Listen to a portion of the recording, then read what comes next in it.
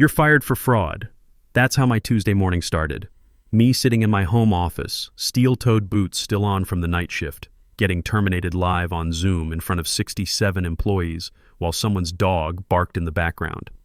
Jackson Wells, freshly minted director of operations and riding high on nepotism, smiled like he'd just solved world hunger.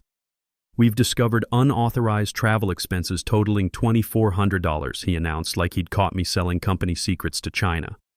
He leaned into his webcam, all smugness and cheap cologne. Effective immediately, Marcus Thompson is terminated for expense fraud. I'm Marcus, by the way. 47 years old, been in this game for 25 years. Started right after my Navy discharge. Spent 8 years maintaining pressure systems on nuclear submarines, so civilian pipeline safety felt like a natural fit. I didn't cry, didn't curse, didn't even raise my voice. In the Navy, they teach you that when you're right, you stay calm. When you're really right, you stay really calm. And when you're holding documentation that's going to end someone's career, you shut your mouth and let the system do the talking. I just clicked unmute, looked straight into my camera and said, "You'll want to verify those receipts before 9 a.m. tomorrow." Then I logged off. Now listen, before we dive into the beautiful disaster that became Jackson's career, let me paint you the picture of how we got here. I worked as a senior quality inspector for Rockpoint Manufacturing Corp. We make pressure vessels and pipeline equipment for the oil and gas industry. When I say federal oversight on our stuff is tight, I mean submarine tight. One mistake, people die. Period. I wasn't some pencil pusher in a corner office writing reports nobody reads.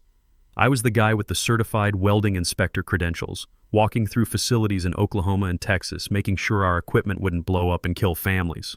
The same attention to detail that kept reactor systems running underwater for months at a time. That's what I brought to every inspection.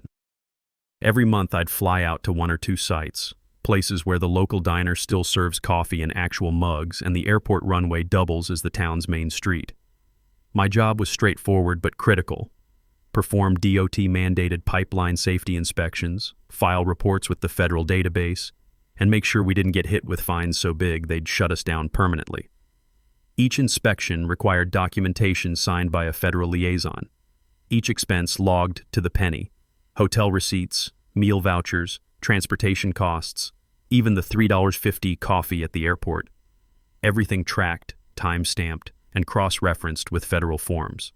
You could audit my expense reports with a magnifying glass and not find a discrepancy. 25 years of military precision doesn't just disappear when you put on civilian clothes, but Jackson didn't see that. Hell, Jackson didn't see much of anything beyond the bottom line and his uncle's approval. He saw a $20,400 reimbursement that landed the same week he got promoted to Director of Operations, a title created by his uncle, our CEO, who thought safety inspections were just expensive paperwork that cut into profit margins. Jackson had walked into that promotion with exactly 0 field experience and an MBA from some online university that advertised during late-night TV shows. His big mission after the recent merger with a smaller competitor: slash operating costs by 15% across all departments. He started hunting for waste everywhere, like a kid with a new metal detector looking for buried treasure. First, it was the maintenance crew ordering too many replacement parts. Never mind that backup components prevent million-dollar equipment failures. Jackson saw line items that looked big and started swinging his cost-cutting axe. Then it was the IT guys who dared expense lunch during a 16-hour system crash recovery, because apparently keeping the network running doesn't qualify as working through meals. Then he found me, or rather, he found my expense report from that particular week when I just returned from a 4-day inspection at our Tulsa facility. Not Vegas, not Hawaii, not some resort conference. Tulsa, Oklahoma, where the biggest entertainment is watching tumbleweeds race down empty streets. I'd been called in for an emergency certification of a new pressure vessel installation that had failed 2 previous inspections by outside contractors. This was our last shot before the client pulled their contract and went with a competitor. 4 days of crawling through equipment spaces, checking welds with ultrasonics, testing pressure ratings, and documenting every bolt and gasket according to federal specifications. The work was tedious but critical. One overlooked flaw in a pressure vessel can mean catastrophic failure, the kind that makes headlines and congressional hearings. I found 17 separate issues that the previous inspectors had missed, including a mislabeled valve assembly that could have caused exactly the kind of explosion that ends careers and lives. But Jackson didn't know any of that. He just saw numbers on a spreadsheet. $2,467.37 in travel expenses for what looked like a routine business trip to him. 4 days of hotel bills, rental car, meals, and airfare. To someone who'd never done field inspection work, it probably looked excessive. To someone who understood federal compliance requirements, it was standard operating procedure. 3 days after I submitted that expense report, Jackson called his little corporate execution. No warning, no private conversation, no "Hey Marcus, can you explain these charges?" Just a company-wide Zoom ambush designed to make an example out of someone. What Jackson didn't realize, what he couldn't possibly understand with his theoretical business education, was that this wasn't just an expense report he was questioning, it was federal documentation. Every dollar I'd spent was tied to a DOT-mandated safety inspection that kept our company legally authorized to manufacture pipeline equipment. But I didn't explain that. Not yet. Sometimes the best response to ignorance is silence, especially when you know the system is about to do your talking for you. I logged off that Zoom call, poured myself coffee, and started making the kind of calls that would change everything. The first call I made was to Patricia Walsh, our head of legal. Not to complain, not to argue my case, but to ask a simple question. Patricia, when someone terminates a DOT-certified inspector during an active compliance window, what's the federal protocol? There was a long pause. Then, Marcus, please tell me this is a hypothetical question. I wish it was. Jackson just fired me on the company Zoom for submitting fraudulent expenses. The expenses from my Tulsa inspection. Another pause, longer this time. I could practically hear her legal training kicking into high gear. The Tulsa inspection that's due for federal filing this week? That's the one. Oh, hell. Patricia had worked in oil and gas compliance for 15 years. She knew exactly what this meant. Marcus, we need those reports filed, or we lose certification for the entire Southwest region. I know. That's why I thought you should know what just happened. I hung up and made my second call. Petrotech Solutions had been trying to recruit me for 8 months. Their VP of Operations, Sarah Chen, picked up on the first ring. Marcus, please tell me you're finally ready to talk seriously about joining our team. I might be. Are you still looking for a senior compliance director? For you? We'd create the position if we had to. What's changed? Let's just say my current employer and I have had a difference of opinion about the value of federal safety compliance. Sarah didn't need the details spelled out. In our industry, when experienced inspectors suddenly become available, smart companies move fast. Can you be here tomorrow morning? I'll have a contract ready. My third call was to Helen Cross at the Department of Transportation. Helen and I had worked together for 3 years on regional compliance issues. She was the federal liaison who signed off on my inspection reports. Marcus, good timing. I was just reviewing the pending submissions list. Your Tulsa report is due tomorrow. That's what I'm calling about, Helen. There might be a delay. Oh? Equipment issues? Personnel issues. I'm no longer with Rockpoint as of this morning. The silence stretched so long I thought the call had dropped. Marcus, you're the only registered inspector for their Southwest region. Are you telling me they terminated their federal compliance officer during an active inspection cycle? That appears to be what happened. Who's going to submit the Tulsa certification? Good question. You might want to ask them. After I hung up, I sat back and thought about what came next. See, here's what Jackson didn't understand about federal compliance. It's not just paperwork. It's a tightly integrated system where every piece depends on every other piece. Remove the wrong component and the whole structure collapses. That Tulsa inspection wasn't just a routine checkup. It was one of 4 quarterly certifications required for Rockpoint to maintain their DOT authorization. Without it, every piece of equipment we'd shipped in the last quarter became questionable. Every future shipment would be held up pending compliance review. More importantly, 3 of our biggest clients had contract clauses specifically requiring continuous DOT certification. Lose the cert, lose the contracts. It was that simple and that devastating. I'd tried to warn them about this exact scenario 6 months earlier. When legal decided to consolidate federal access under single inspectors for each region, my suggestion, actually, I'd sent a detailed memo outlining the risks. Consolidating inspection authority creates efficiency, I'd written, but also creates single points of failure.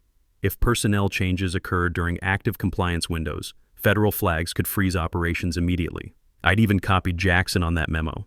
Apparently, he'd filed it under interesting theoretical problems that would never actually happen. Well, theory was about to become very expensive reality. By Wednesday morning, the dominoes were already wobbling. I was sitting in Petrotech's conference room, reviewing their compliance needs with Sarah and her team, when my old office started burning down. It began with an automated email from the DOT database at 8:47 a.m. Urgent. Compliance record incomplete. Federal flag activated. The message went to Rockpoint's legal department, operations, and federal liaison contacts. The body text was clinical and devastating. The following required pipeline safety inspection has not been submitted to the DOT database. Facility TUL6, Tulsa Operations. Inspector of Record, Marcus Thompson. As of 8:47 a.m. CST, your compliance certification for this facility is invalid. All affiliated operations must cease until rectified. By 9 a.m. the panic was spreading through Rockpoint like smoke in a confined space. The red flags in the DOT system triggered automatic safety holds on equipment testing. Every pressure test scheduled for that morning got slapped with a compliance freeze. Doug Henley from operations, bless his well-meaning heart, got tagged to handle the compliance stuff temporarily. Doug was a good guy, 20 years with the company, knew equipment inside and out, but he'd never dealt with federal certification, and that's where the system showed no mercy. Doug logged into the DOT portal using his standard company credentials, tried to upload my Tulsa report using notes from the shared files, and got a message that might as well have been written in ancient Greek. Access denied. Inspector credentials not recognized by federal registry. Contact your regional DOT liaison to request authorized personnel certification. Doug stared at that screen like it had just told him his dog died. He tried different login approaches called IT support, even tried accessing the system from different computers. Same result every time.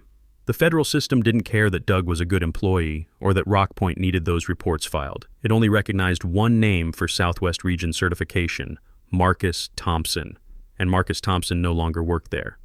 By 10 a.m., Doug was in Patricia Walsh's office, sweat staining his company polo, holding a printout of error messages like evidence of some cosmic conspiracy. "I can't get into the system," he said, voice climbing toward panic. "It keeps saying I don't exist." Patricia looked up from her computer with the expression of someone who just realized the building was on fire and all the exits were blocked. "Doug, the federal certification system only recognizes registered inspectors. Marcus was our only registered inspector for this region, so get him back. He's been terminated, for cause." On video, in front of the entire company. The room went quiet except for the hum of air conditioning and Doug's increasingly rapid breathing. "What does that mean for us?" Doug asked. Patricia's answer came out flat as a construction level. "It means we're screwed." While Patricia was explaining to Doug exactly how deep they were buried, I was signing a contract that would make everything worse for them. Petrotech didn't just offer me a job. They offered me immediate federal certification transfer, something that normally takes weeks of paperwork and DOT review. "We've been preparing for this possibility," Sarah Miller explained as I reviewed the contract terms. "When we heard rumors about cost-cutting at Rockpoint, we started the preliminary paperwork to add you to our federal registry. All we needed was your signature. Smart move." In our industry, certified inspectors don't grow on trees. There are maybe 12 of us covering the entire Southwest region, and we all know each other. When one becomes available, especially under dramatic circumstances, the competition moves fast. The salary increase was 30% over my Rockpoint pay, plus bonuses tied to successful compliance outcomes. More importantly, Petrotech understood what I brought to the table. They weren't just hiring an inspector, they were hiring 25 years of experience and a spotless federal record. By 11 a.m. Wednesday, I was officially Petrotech's new senior compliance director, and my federal certification had been transferred to their company profile. Helen Cross from the DOT processed the paperwork personally, noting in her system comments, "Emergency transfer approved due to involuntary separation from previous employer during active compliance cycle." That last part was bureaucratic speak for his old company screwed up big time. Meanwhile, back at Rockpoint, the situation was escalating from bad to catastrophic. The automated compliance flags had triggered secondary reviews across their entire operation. 3 other facilities I'd inspected that quarter were suddenly showing incomplete documentation. Not because the work hadn't been done, but because Jackson's termination had interrupted the filing process. Federal compliance works like a house of cards. Every inspection supports multiple certifications, and every certification enables multiple operations. Pull out the wrong card, and structures you didn't even know were connected start collapsing. Jackson, to his credit, was trying to fix what he'd broken. But trying and succeeding are different things, especially when you're dealing with federal regulations written by people who assume everyone involved actually knows what they're doing. His first attempt was to call me directly. The phone rang while I was reviewing Petrotech's inspection schedule, and I let it go to voicemail. Jackson's message was a masterpiece of corporate desperation. "Marcus, this is Jackson Wells. I think there might have been some misunderstanding about your termination yesterday. Could you give me a call? We need to discuss some compliance issues that have come up." Misunderstanding. Like accidentally firing your only federal inspector was just a communication problem. I didn't call back. Instead, I forwarded the voicemail to Sarah Miller with a note, in case you wondered why I was suddenly available. Jackson's second attempt was to go through Patricia Walsh. She called me around noon, her voice carrying the weight of someone who'd spent the morning calculating exactly how screwed her company was. "Marcus, I'm calling to see if there's any way we can resolve this situation. Jackson realizes he may have acted precipitously." Precipitously, that was lawyer speak for catastrophically stupid. "What exactly are you asking, Patricia? Is there any way you'd consider coming back, even temporarily, just to file the pending reports?" I let the silence stretch for a good 10 seconds. "Patricia, yesterday I was publicly accused of fraud and terminated in front of 67 employees. Today you want me to come back and fix the problems that termination created. I know how this looks, but the board is concerned about our compliance status. The board should be concerned. You're about to lose your DOT certification for the entire Southwest region. That affects, about 40% of your business?" Another pause. "Marcus, what would it take?" That's when I knew they were truly desperate. When lawyers start asking what would it take, they're not negotiating anymore. They're surrendering. "It would take a time machine, Patricia. You can't unring this bell. I've accepted a position elsewhere, my federal credentials have been transferred, and frankly, I have no interest in working for a company that treats experienced professionals like disposable assets."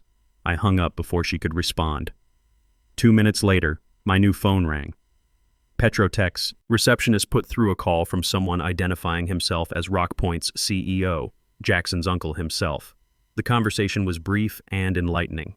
The CEO offered me a 50% salary increase to return immediately, full public apology, and Jackson's resignation, if necessary. When I declined, he asked what Petrotech was paying me. When I told him, he offered to match it plus 20%. I declined again, politely but firmly. It wasn't about money anymore. It was about respect and professional dignity. You can't publicly humiliate someone and then throw cash at them to fix your problems.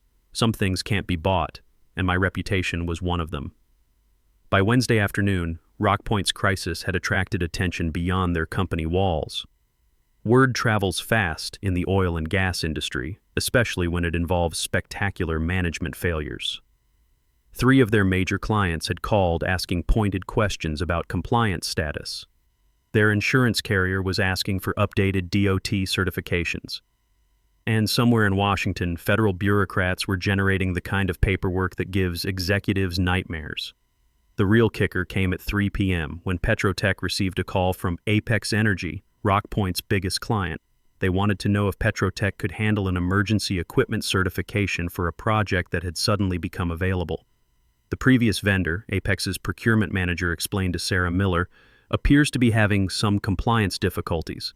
That $30 million contract, the one Rockpoint had been counting on to make their quarterly numbers, was about to walk out the door, and it was walking straight to me. Sarah put the call on speaker so I could hear directly. "We'd need someone with Southwest Region certification," the procurement manager continued. "Timeline is tight. We need preliminary inspection completed by Friday." "We have exactly the right person," Sarah said, looking at me across the conference table. "Marcus Thompson just joined our team as Senior Compliance Director. He's been handling Southwest Region certifications for the past 3 years. Perfect. Can he start immediately?" I nodded to Sarah. She smiled and told Apex, He can start tomorrow morning. Just like that, Rockpoint's biggest contract was gone, and I was the one taking it away from them. Jackson's career was about to get much, much worse. By Thursday morning, I was standing in an Apex Energy facility in Houston, clipboard in hand, doing exactly what I'd been doing for 25 years. Except now I was doing it for Petrotech, and every signature I put on federal paperwork was another nail in Rockpoint's coffin. The Apex project was straightforward: emergency certification of pressure vessels for a Gulf Coast pipeline expansion, the kind of work Rockpoint had been counting on to make their quarterly numbers. The irony wasn't lost on me that I was now personally responsible for ensuring that contract would never go back to my former employer. Helen Cross from the DOT met me at the facility for the preliminary inspection. Federal liaisons don't usually show up for routine certifications, but this situation was anything but routine. "Marcus," she said as we walked through the equipment bay, "I've been getting some interesting calls from Rockpoint management.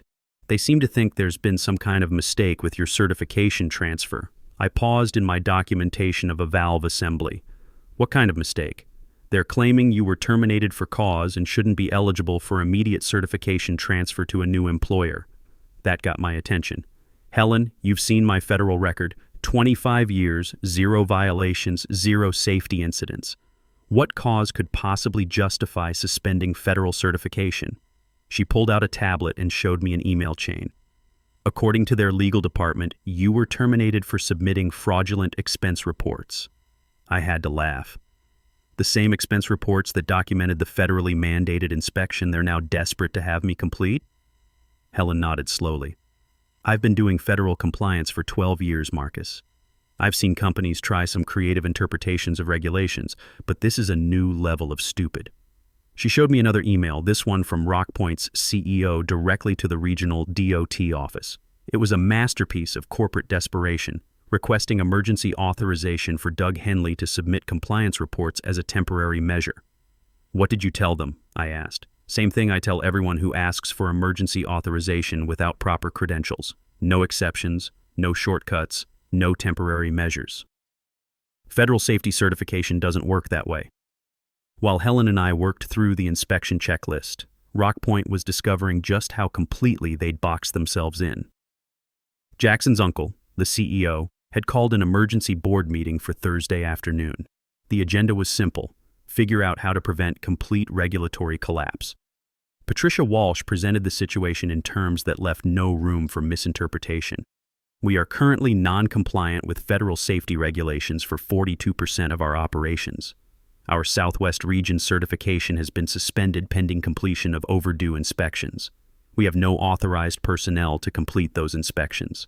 And our former authorized inspector is now working for a competitor." Board member questions came fast and pointed. How did we get into this situation? A personnel decision was made without considering regulatory implications. Who made that decision? Jackson Wells, Director of Operations. Where is Jackson now? Long pause. "Mr. Wells is currently exploring other career opportunities." That was corporate speak for Jackson's been locked out of his email and his parking pass has been deactivated.